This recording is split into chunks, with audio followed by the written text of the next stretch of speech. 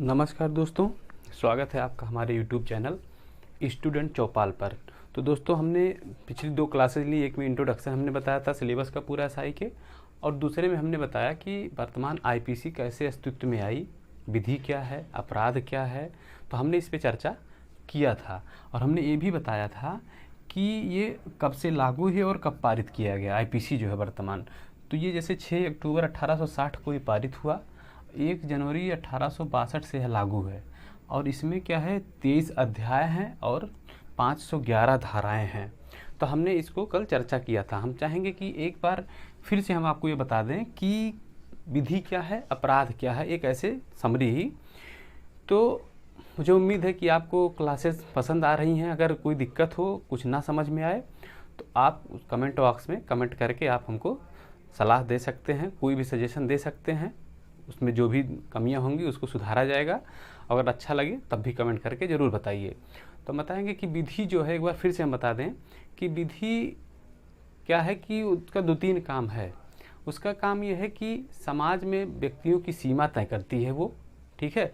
और उसके बाद दूसरा इसका काम है कि अगर कोई जो उसने सीमा तय की है तो उसमें अगर उसका कोई उल्लंघन करता है तो विधि का काम है कि अपराधियों को दंडित करती है और अपराध होने से रोकती भी है, कि समाज में और अपराध ना हो उसको भी रोकती है। तीसरा है कि वो उपचार प्रदान करती है, ठीक।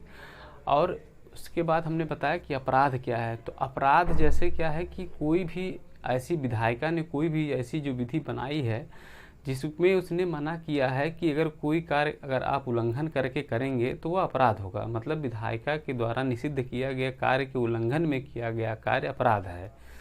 तो फिर हम आगे बढ़ते हैं, और हमने ये भी बताया था कि अपराध के आवश्यक तत्व क्या क्या हैं। तो हमने बताया था कि अपराध के 4 आवश्यक तत्व हैं। पहला है व्यक्ति, दूसरा है दुराशय मतलब दूषित आशय उसका, तीसरा है आपराधिक कृत्य या लोप, और चौथा है क्षति मतलब किसी उसके ऐसे आपराधिक कृत्य या लोप से किसी दूसरे व्यक्ति या समाज को कोई क्षति हुई हो। तब हम चारों मिला करके तब हम कहेंगे कोई अपराध घटित हुआ। तो हम पहले बता दें कि जो व्यक्ति शब्द है इसमें क्या है कि इसमें जो प्राकृतिक व्यक्ति यानी मानव, और दूसरा इसमें कृत्रिम व्यक्ति मानी विधिक व्यक्ति भी दोनों इसमें आते हैं। तो प्राकृतिक व्यक्ति मतलब मनुष्य जैसे हम और आप, और विधिक व्यक्ति मतलब यह है कि कृत्रिम व्यक्ति जिसको कि आईपीसी की धारा 11 में बताया गया है कि कोई कंपनी हो, ठीक है, कोई संघ हो, या व्यक्तियों का कोई निगमित निकाय हो या अनिगमित कोई निकाय, उसको भी व्यक्ति माना गया है विधि की दृष्टिकोण में।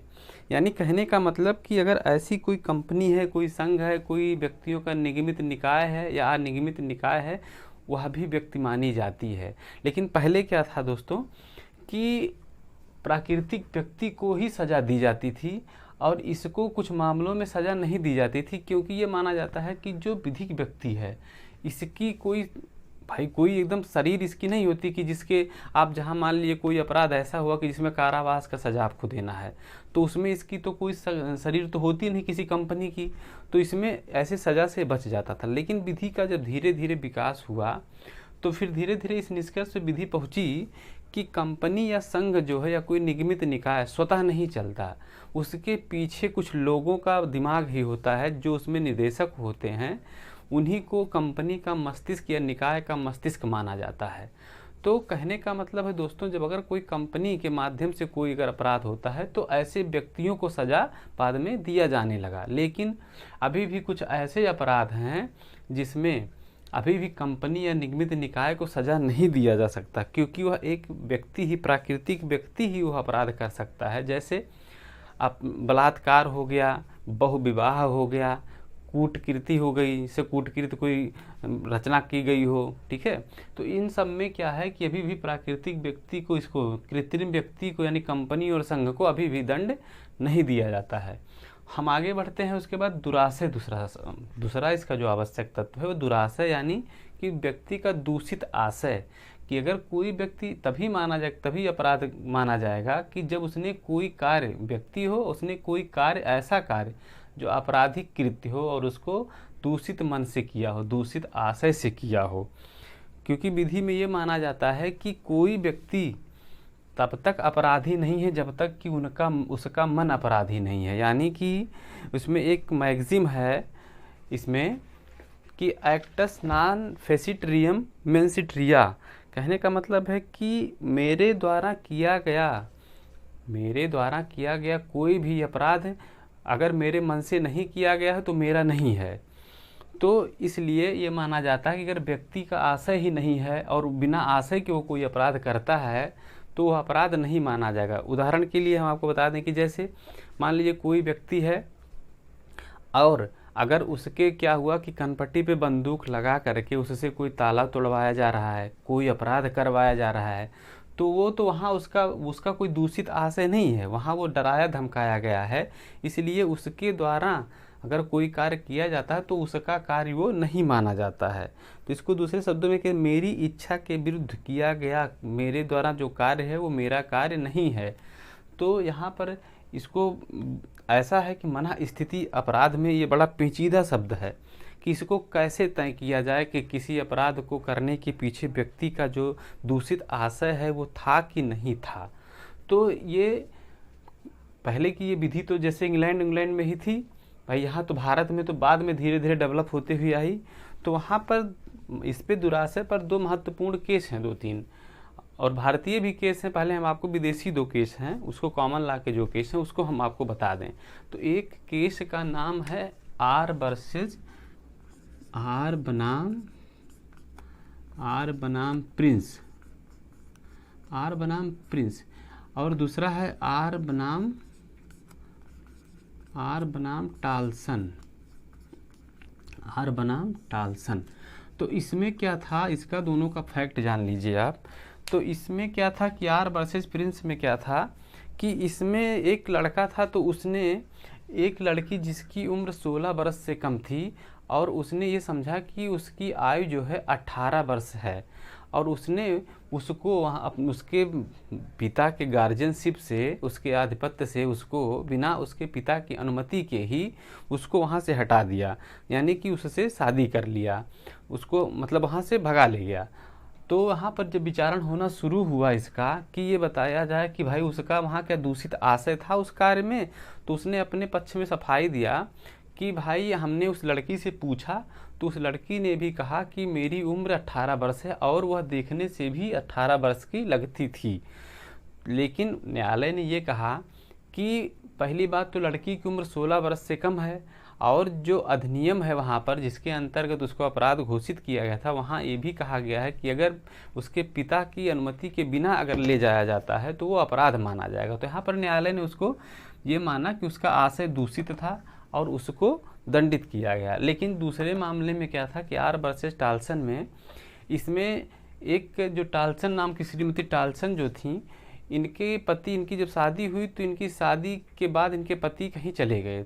तो शादी के इनके 7 साल अभी नहीं हुआ था, लेकिन इन्होंने सभी लोगों से, नात रिश्तेदारों से पता किया कि भाई इनके जो हस्बैंड हैं ये जिंदा हैं कि नहीं जिंदा हैं। तो ये पता चला कि भाई किसी से पता नहीं लगा, सभी लोगों ने सोचा कि उनकी डेथ हो चुकी है। तो इन्होंने एक दूसरी शादी कर ली। लेकिन शादी होने के बाद इनके पति महोदय फिर वापस आ गए। फिर जब वापस आ गए तो जो विधि थी वहाँ की, तो उसके अंतर्गत ये प्रावधान था कि अगर कोई पत्नी या पति अपनी शादी के 7 वर्ष के भीतर अगर किसी दूसरे से विवाह करता है तो द्विविवाह का वो दोषी माना जाएगा। लेकिन यहाँ न्यायालय ने यह कहा कि श्रीमती टाल्सन ने ये पूरा परिस्थिति को पूरे विश्वास के साथ सद्भावनापूर्ण विश्वास किया था और पता किया था कि उनके पति जीवित नहीं हैं। तो यहाँ पर इसको तथ्य की भूल मानकर इनको दोष मुक्त कर दिया गया। उसके बाद साथियों हम आते हैं कि भारत के 2 केस हैं। इसमें एक है एमएच जॉर्ज वर्सेस महाराष्ट्र राज्य, एमएच जॉर्ज बनाम महाराष्ट्र राज्य। इसमें क्या था कि एक व्यक्ति जो विदेश से आया था तो उसके पास कुछ सोना, एरोप्लेन से आया, वो भारत में उसका प्लेन लैंड हुआ तो वहाँ तलाशी हुई तो उसके पास कुछ सोना निकला। और भारत में एक विधि थी जिसके अंतर्गत उसको मना किया गया था कि अगर कोई ऐसा बाहरी तस्करी करके लाता है कोई व्यक्ति, तो यहाँ के आरबीआई ने एक अधिघोषणा की थी कि अगर कोई ऐसा व्यक्ति बिना भारतीय सरकार की अनुमति के कोई लाती है तो वह क्या होता है कि वो तस्करी माना जाएगा और उसको अपराध माना जाएगा। तो यहाँ पर भी ये माना गया कि उसका आशय जो था वो दूषित था, तो इसलिए क्योंकि उसने जो अधिसूचना थी उसका उल्लंघन किया था, तो इसको भी यहाँ दंडित किया गया। और उसके बाद लेकिन एक केस था इसमें, नाथूराम वर्सेज महाराष्ट्र, नाथूराम बनाम मध्य प्रदेश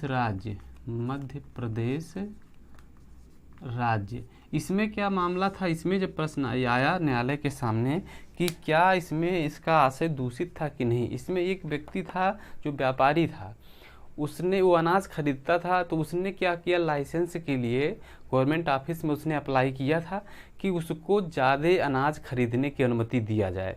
लेकिन उसने लाइसेंस के लिए अप्लाई तो किया और उसका लाइसेंस खारिज हो गया। लेकिन जो संबंधित अधिकारी था उसने लोगों से पता किया, लेकिन उसको सूचना नहीं मिली कि उसका लाइसेंस जो है खारिज कर दिया गया है। वह इस विश्वास पर कि उसको लाइसेंस मिल चुका है तो ज़्यादा अनाज खरीद के रखने लगा। तो उसको आवश्यक वस्तु अधिनियम 1955 के अंतर्गत ये देखा गया, जब बाद में चेक हुआ तो ये पता चला कि इसका लाइसेंस रद्द हो गया था, इसने अपने स्टॉक से ज़्यादा स्टॉक एकत्रित कर लिया है। लेकिन न्यायालय ने पाया कि इसका जो आशय था वो दूषित नहीं था, इसने पूरी सद्भावना से ये भरोसा करके कि उसे लाइसेंस मिल चुका है, इसलिए वह ज़्यादा अनाज खरीद के अपने पास डंप किया था, इसलिए वह दोषी नहीं है। तो आगे फिर हम बढ़ते हैं दोस्तों, तो फिर हम देखते हैं कि ये तीसरा जो बिंदु है आपराधिक कृत्य या लोप। ठीक है, अब इसमें हम देखते हैं कि आपराधिक कृत्य जो है, कब हम कहेंगे कि कोई कृत्य आपराधिक है। तो इसमें देखते हैं कि भाई कोई भी ऐसा कृत्य, हर कृत्य आपराधिक नहीं होता है भाई, कोई भी काम, हर काम तो आपराधिक होता नहीं है। जिसको विधायिका ने अपराध घोषित किया है, अगर उसको कोई ऐसा कार्य है जिसको विधायिका ने यह घोषित किया कि अपराध है, अगर उस कृत्य को या एक दूषित मन से अगर करता है कोई व्यक्ति, तभी वह अपराध माना जाएगा। और उसके बाद उसके ऐसे कार्य से किसी दूसरे व्यक्ति को या समाज को क्षति पहुंचती हो। अब क्षति किस तरीके की पहुंचती हो, ये क्षति जो है, क्षति ये कोई ज़रूरी नहीं कि खाली मानसिक क्षति हो, मतलब शारीरिक क्षति हो। ये क्षति हो सकती है, मानसिक भी हो सकती है, मानसिक हो सकती है, शारीरिक हो सकती है, शारीरिक हो सकती है, यह संपत्ति संबंधी हो सकती है, संपत्ति संबंधी, या मानी हानि जैसे किसी की हो जाए, मानी हानि कोई करे, तो इसमें इससे भी समाज की उसकी प्रतिष्ठा की क्षति होती है। तो क्षति इतने ही तरीके की होती है, ये नहीं कोई ज़रूरी नहीं है कि उसके आपराधिक कृत्य से उसको कोई शारीरिक क्षति ही उस व्यक्ति को या समाज को हो। और यहाँ पर जैसे हमने बताया कि आपराधिक कृत्य या लोप, ठीक है, कृत्य ऐसा जो आपराधिक हो, तो इसमें क्या होता है कि उसका ये कोई ज़रूरी नहीं कि उसने कोई कार्य करके ही अपराध किया हो। अगर उसके ऊपर कोई विधिक बाध्यता है कि वह कार्य को करे, और अगर वह कार्य नहीं करता है और उससे किसी को नुकसान हो जाता है, तो वह भी अपराध माना जाता है। यहाँ इसीलिए कार्य या लोप शब्द का इस्तेमाल किया गया है। तो साथियों इतना ही आज। उसके बाद हम कल देखते हैं इसको जो है आपराधिक कृत्य या लोप के, इसके जो अवस्थाएं होती हैं कि भाई कोई अपराध ऐसे कब हम कहेंगे कि वो आपराधिक कृत्य हुआ। ठीक है, तो इसके भी हम थोड़ा सा आपको हिंट दे देते हैं। तो आपराधिक कृत्य तब हम कहते हैं कि जैसे इसकी 4 अवस्थाएं होती हैं। ठीक है, पहली बात, कोई अपराध करने से पहले व्यक्ति का पहले नंबर 1 होना चाहिए कि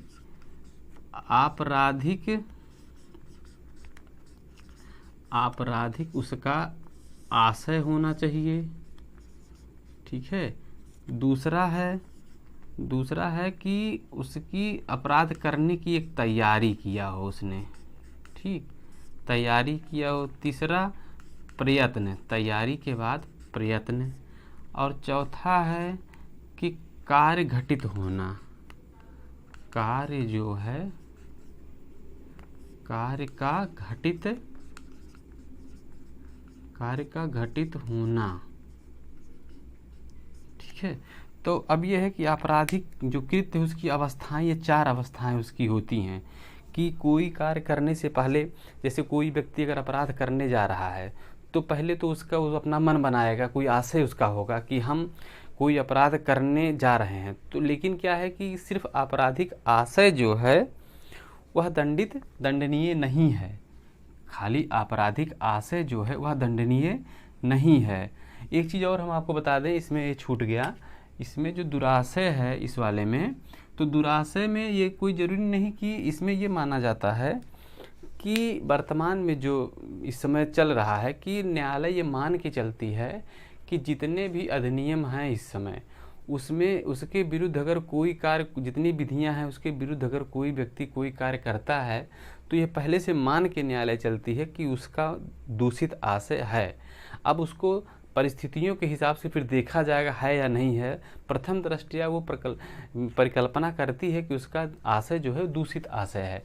और कुछ अपराध ऐसे भी हैं कि जिसमें व्यक्ति का चाहे दूषित आशय हो चाहे ना हो, अगर उसने आपराधिक कृत्य वो किया है तो उसको अपराधी माना जाता है। वो कार्य हैं जैसे कि मान लीजिए कि राज्य के विरुद्ध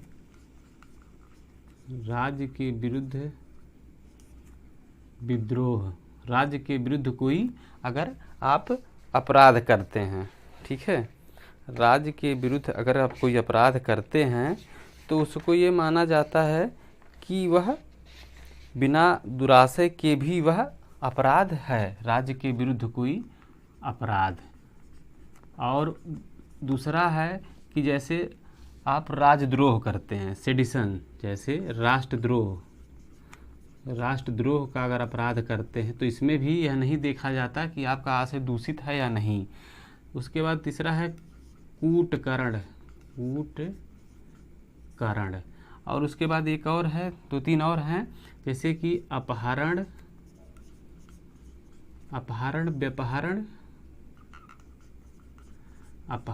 व्यपहरण, और उसके बाद द्विविवाह,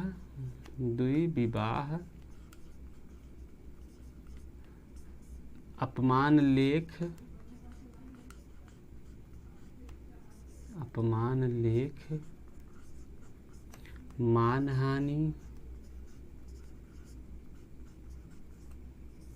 मानहानि और लोक न्यूसेंस।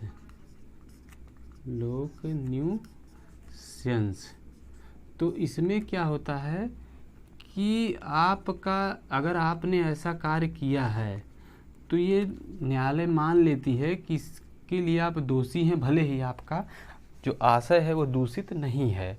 तो ये कुछ अपवाद हैं कि जिसमें न्यायालय मान के चलती है कि आपने वो जो कार्य किया है वो उसके लिए आपको सज़ा दी जाएगी। फिर हम आते हैं कि इधर जैसे कि जो हमने कहा कि अपराध की जो अवस्थाएं हैं ये चार जो अपराध की अवस्थाएं हैं, तो आपराधिक आशय, उसके बाद आशय हो, फिर तैयारी, फिर प्रयत्न, फिर कार्य का घटित होना। तो इसके लिए क्या है कि जो आपराधिक आशय है तो सिर्फ और सिर्फ किसी व्यक्ति के अपवाद को अगर छोड़ दिया जाए इन सब को, तो किसी व्यक्ति को सिर्फ उसके आपराधिक आशय के लिए दंडित नहीं किया जा सकता, क्योंकि आप ये नहीं पता लगा सकते कि किसी व्यक्ति का आशय क्या है, उसके मन में क्या चल रहा है, जब तक कि वह कोई कार्य नहीं कर देता है। और ऐसा कार्य जो विधि के विरुद्ध हो, जो अपराध हो, जो विधि ने मना किया हो करने से, उस कार्य को वो करे। क्योंकि किसी के मन में क्या चलता है ये जानना बहुत ही कठिन काम है। किसी ने कहा है कि अगर किसी के मन में क्या है इसको पता लगाना, एक अगर भूत प्रेत भी नहीं पता लगा सकता। और दूसरा है कि ये तैयारी जो है, तैयारी भी अगर हम देखें, तैयारी भी सिर्फ तैयारी दंडनीय नहीं है।